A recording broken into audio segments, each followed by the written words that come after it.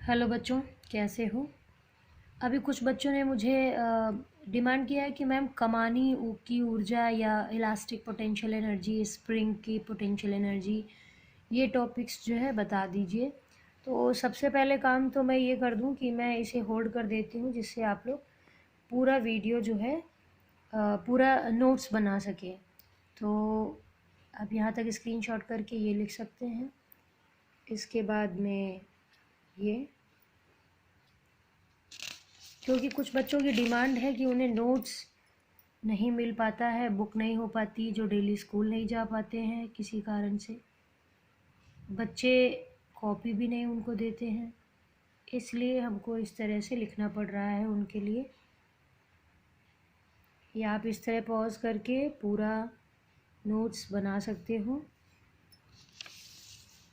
ये पूरा इतना टॉपिक होने वाला है आप लोगों के लिए आज। अब चलिए एक्सप्लेनेशन स्टार्ट करते हैं।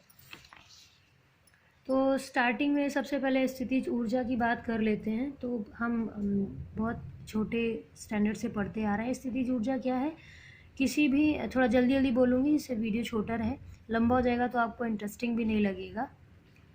तो स्थितिज एनर्जी क्या है, पोटेंशियल एनर्जी, किसी भी वस्तु में विशेष स्थिति के कारण जो कार्य करने की क्षमता होती है उसे हम स्थितिज ऊर्जा कहते हैं।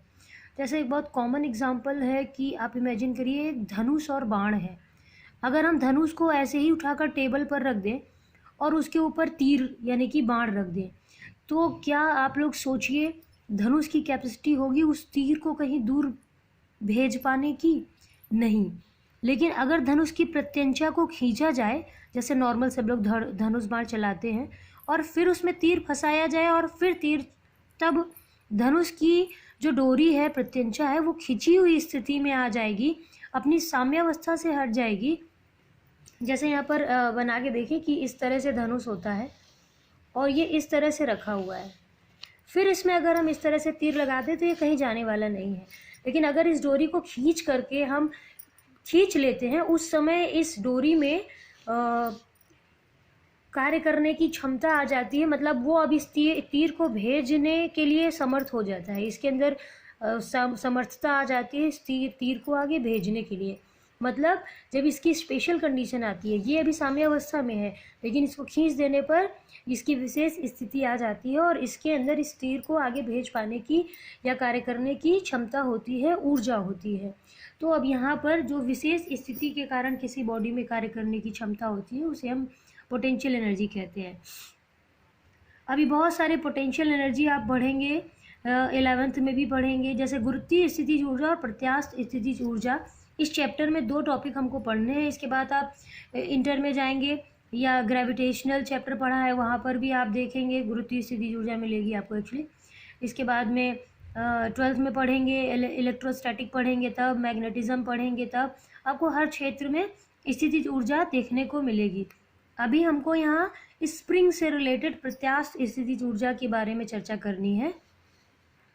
तो आप गुरुत्वीय स्थितिज ऊर्जा आप नेक्स्ट चैप्टर में पढ़ेंगे, आप कहेंगे तो उस पर भी वीडियो बन जाएगा। और प्रत्यास्थ स्थितिज ऊर्जा यहाँ पर हम लोग देखने जा रहे हैं। तो जो मैंने लिख दिया है, जब आप पढ़ेंगे तो आपको समझ में आ जाएगा कि क्या बातें होने वाली हैं। जैसे कोई एक स्प्रिंग है, इसको हम यहाँ पर किसी एक दृढ़ स्थान से, दीवार से बांध दिया जाए और इस समय ये अपनी साम्यावस्था की स्थिति में है। अब अगर हम इसे खींचेंगे जैसे इस चित्र में दिखाया गया है, या दबाएंगे, खींचने पर ये अपनी साम्यावस्था से हट करके एक विशेष स्थिति में आ जाती है और स्प्रिंग के अंदर ऊर्जा या कार्य करने की क्षमता होती है। क्या कार्य कर सकती है ये इस गुटके को खींचकर साम्यावस्था में लाने का कार्य कर सकती है, या इस गुटके को फिर से खींचकर साम्यावस्था में लाने का कार्य कर सकती है।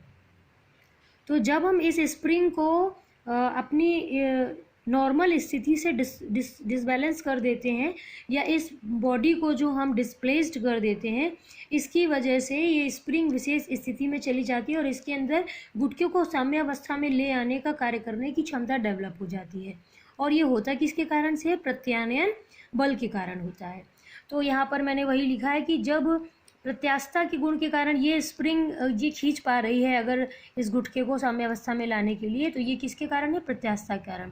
प्रत्यास्थता के कारण खींचे जाने या दबाए जाने यानी कि संपीड़ित करने का विरोध करती है, और ये विरोध को फिर रिस्टोर कौन करता है? रीस्टोरिंग फोर्स यानी कि प्रत्यानयन बल इसको साम्यावस्था में लाने का प्रयत्न करता है। और जब ये प्रत्यानयन बल के कारण से अपनी साम्यावस्था में अगर ये आएगी तो जो कार्य किया जाएगा, जो कार्य होगा, एक्सटर्नल फोर्स लगाएंगे तो due to the external force जो कार्य किया जाएगा वो इसकी पोटेंशियल एनर्जी कहलाएगी, इलास्टिक पोटेंशियल एनर्जी कहलाएगी। ठीक है, आगे हम इसको और डिस्क्रिप्शन देते हैं। अब देखते हैं, पहले तो ये कंसिडरेशन है कि हमने माना कि कोई भारहीन स्प्रिंग है और ओ बिंदु से संबद्ध है, मतलब यहाँ पर बंधी हुई है, जैसा ये सारी चीज़ें वहीं पर हमने कंसीडर करके लिखा हुआ है जैसे नोट्स बनाते हैं। इसके बाद में हमने इसको एक गुटके से जोड़ दिया है। गुटका जो है इस क्षैतिज तल पर मेज पर खिसकने के लिए स्वतंत्र है। और अब अगर हम इसे खींचते हैं या दबाते हैं, हम इसको खींचते हैं या संपीड़ित करते हैं, ये दोनों में से आप ये चित्र बना सकते हैं या पहला और तीसरा चित्र बना सकते हैं, तीनों भी बना सकते हैं। अब यहाँ पर क्या होगा, ये तो हमने बता दिया कि what arrangement we have considered, कि स्प्रिंग है, मास कोई टुकड़ा है और उसको हमने कैसे मेज पर बांध के रखा हुआ है। अब अगर हम स्टार्टिंग में ए पॉइंट से x बराबर 0, अगर हमने इसको साम्यावस्था को x बिंदु पर हमने a बराबर 0 को यहाँ ए मान लिया है, यहाँ पर x हमारा कितना है? 0 है। तो ये साम्यावस्था स्थिति है। अगर हम यहाँ से इसको डिस्प्लेस करते हैं, b दूरी खींचते हैं या इसको हम संपीड़ित करते हैं इसकी साम्यावस्था से x दूरी, तो क्या होगा? इसमें प्रत्यानयन बल लगेगा, स्प्रिंग की इलास्टिसिटी के कारण रिस्टोरिंग फोर्स लगेगा। तो मैंने यहाँ पर ये नोट्स में क्या बताया कि x बराबर 0 यानी कि a बिंदु पर है, साम्यावस्था पर है, और अब हम गुटके को साम्यावस्था से हटाने वाले हैं, a से b तक विस्थापित कर रहे हैं x डिस्टेंस। यहाँ पर हम ये भी लिख सकते हैं कि उसको खींचा जाए a से b बराबर x दूरी पर, यह संपीड़ित किया जाए a से c बराबर x दूरी पर। यहाँ पर आप या तो खींच सकते हैं a से b बराबर x दूरी पर, या तो संपीड़ित कर सकते हैं a से c बराबर x दूरी पर। दोनों ही केसेस में क्या होगा, यहाँ पर एक प्रत्यानयन बल कार्य करेगा, उसको हमने क्या कहा है? F कहा है। और ये प्रत्यानयन बल हुक के नियम के अनुसार जो विस्थापन है x उसके समानुपाती होता है, वो भी विद नेगेटिव साइन। ये नेगेटिव साइन बताता है कि प्रत्यानयन बल हमेशा विस्थापन के विपरीत दिशा में होगा। ये यहाँ पर नोट दिया गया है कि negative sign indicates that restoring force will be the opposite to the displacement. और ये प्रोपोर्शनलिटी साइन हटेगा तो एक कांस्टेंट k आता है, जिसे हम लोग स्प्रिंग का बल नियतांक कहते हैं या स्प्रिंग कांस्टेंट बोलते हैं। जो एक्चुअली होता क्या है, अगर हम यहाँ पर 1 कर दें तो k is equal to F हो जाएगा, मतलब यूनिट डिस्प्लेसमेंट के लिए जो प्रत्यानयन बल डेवलप होता है वही स्प्रिंग का बल नियतांक कहलाता है। अब आगे बढ़ेंगे, वीडियो लंबा होता जा रहा है पर ये थोड़ा समझाने के लिए बड़ा ही टॉपिक है। अब स्प्रिंग को बिना त्वरण यानी कि एक्सेलरेशन नहीं आना चाहिए, धीरे धीरे और हम इसके बराबर ही बल लगाकर खींचेंगे। जितना प्रत्यानयन बल डेवलप हुआ है उसके बराबर किंतु विपरीत दिशा में यदि हम बाह्य बल लगाएं तो स्प्रिंग को हम और खींच सकते हैं। और ऐसा करेंगे तो बाह्य बल किसके बराबर होगा? Negative of the restoring force, negative of the restoring force which is -kx। ये माइनस लगाया गया क्योंकि हमको विपरीत दिशा में बल लगा के खींचना पड़ेगा। ये प्रत्यानयन बल इसे खींचने नहीं देगा, या प्रत्यानयन बल इसे संपीड़ित नहीं होने देना चाहता है। अगर हमें इसे और संपीड़ित करना है या खींचना है तो इस प्रत्यानयन बल के विरुद्ध हमको यहाँ पर एक एक्सटर्नल फोर्स लगाना पड़ेगा।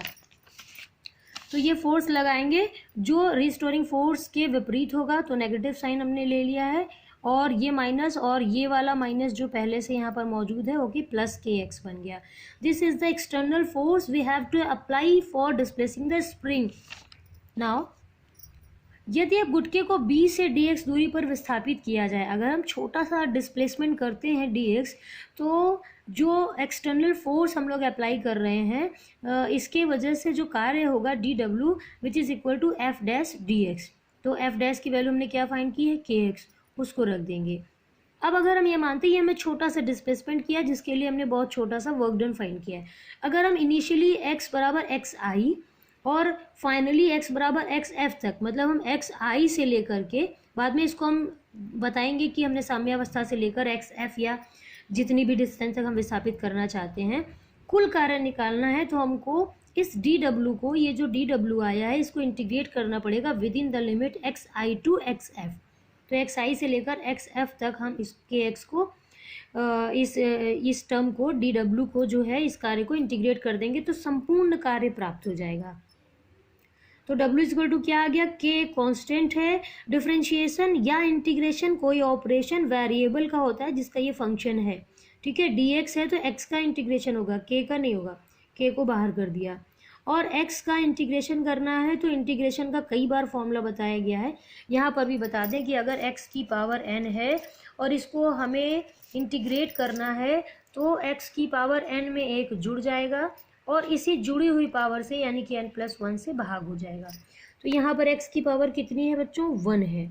और 1 में अब हम इंटीग्रेट करेंगे तो 1 में 1 जोड़ेंगे, एक जोड़ेंगे बाई दिस फॉर्मूला, तो 1 + 1 क्या हो जाएगा, 2, और भाग भी किससे हो जाएगा, 2 से। तो यहाँ पर क्या हो जाएगा, x² 2 आ जाएगा। अब हम पहले अपर लिमिट लगाएंगे तो x f² हो गया, फिर लोअर लिमिट लगाएंगे तो x i² हो गया, और ये 2 पहले से ही इस k के साथ हमने बाहर कर लिया है। अब आगे देखेंगे। अब यदि हम इनिशियली मान लें कि एक्स आई कितना था, 0 था, यानी कि साम्यावस्था, यानी कि ए पॉइंट से हमने स्टार्ट किया था, और एक्स एफ हमारा फाइनल क्या है, एक्स दूरी तक हम इसको विस्थापित करने वाले हैं। वो हम खींच के विस्थापित करें या संपीड़ित करें, depends on cases whatever you are considering here. Now W is equal to जो कार्य आएगा K/2, यानी कि ये जो फॉर्मूला अभी हमने डिराइव किया था K/2, एक्स एफ कितना हमने कंसीडर किया है, एक्स एफ फाइनल हमारा क्या है, x, और इनिशियल क्या है, 0। तो यहाँ पर रख देंगे x और यहाँ पर रख देंगे 0। तो यहाँ पर क्या आ जाएगा, W इज इक्वल टू हो जाएगा K/2 x² - 0। अब इसको 2 को हमने अलग करके लिख लिया, 1/2 K, और ये x² मल्टीप्लाई में आ गया। ये वर्क डन होगा by the external force in displacing the spring. यही वर्क डन पोटेंशियल एनर्जी के रूप में स्टोर हो जाएगा। This work done will store as potential energy of this spring in the spring, and U या potential energy होगा W के बराबर हो जाएगा, मतलब U is equal to ½ kx² हो जाएगा। और यही स्प्रिंग की प्रत्यास्थ स्थितिज ऊर्जा या कमानी स्प्रिंग, कुछ भी नाम आपको लिखा हुआ मिल सकता है, कि प्रत्यास्थ स्थितिज ऊर्जा कहलाती है। ये आपकी डिमांड पर टॉपिक कंप्लीट हुआ। आपको और जो भी टॉपिक चाहिए होगा, छोटा हो, बड़ा हो, आसान हो, जैसा भी हो, आप बिना किसी हिचकिचाहट के मैसेज करिए। आप लोगों को उस टॉपिक पर वीडियो मिलते रहेंगे।